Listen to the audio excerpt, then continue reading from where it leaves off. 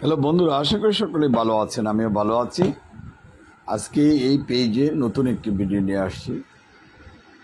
নান্দাইল আইনজীবী সমিতি, আমি অ্যাডভোকেট মোহাম্মদ জহিরুদ্দিন আকন, ঈশ্বরগঞ্জ চৌকি আদালতে প্র্যাকটিস করি।